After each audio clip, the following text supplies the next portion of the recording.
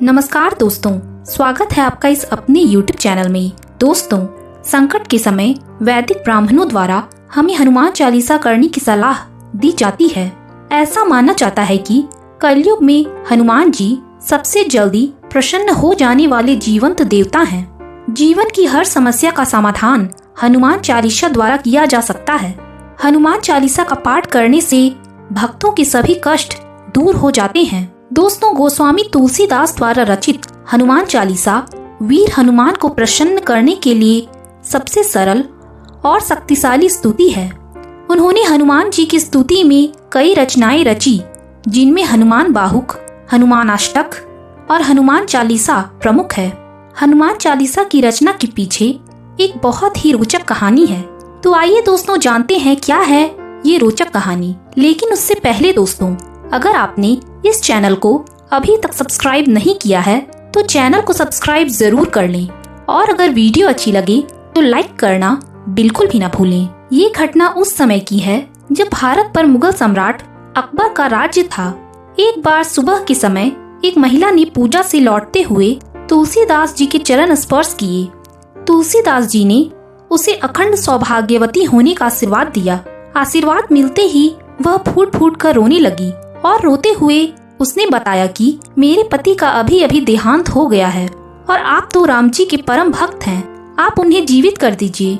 इस बात का पता लगने पर भी तुलसीदास जी तनिक भी विचलित न हुए और अपने आशीर्वाद को लेकर पूरी तरह से आश्वस्त थे, क्योंकि उन्हें इस बात का ज्ञान भली भांति था कि भगवान राम बिगड़ी बात संभाल लेंगे और उनका आशीर्वाद खाली नहीं जाएगा।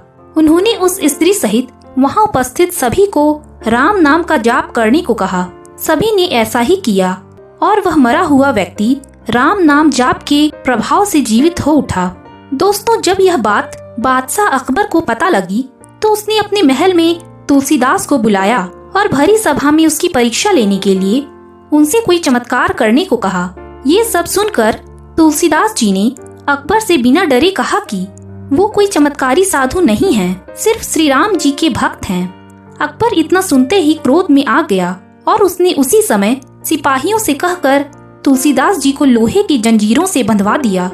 तुलसीदास जी ने तनिक भी प्रतिक्रिया नहीं दी और राम का नाम जपते हुए कारागार में चले गए। उन्होंने कारागार में भी अपनी आस्था बनाए रखी और वहां रहकर ही हनुमान चालीसा की रचना की और 40 दिन तक उसका निरंतर पाठ किया।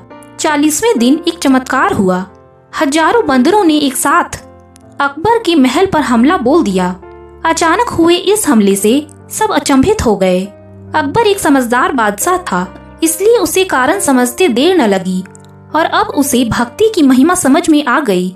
उसने उसी क्षण तुलसीदास जी से क्षमा मांगकर कारागार से मुक्त किया और आदर सहित उन्हें विदा किया।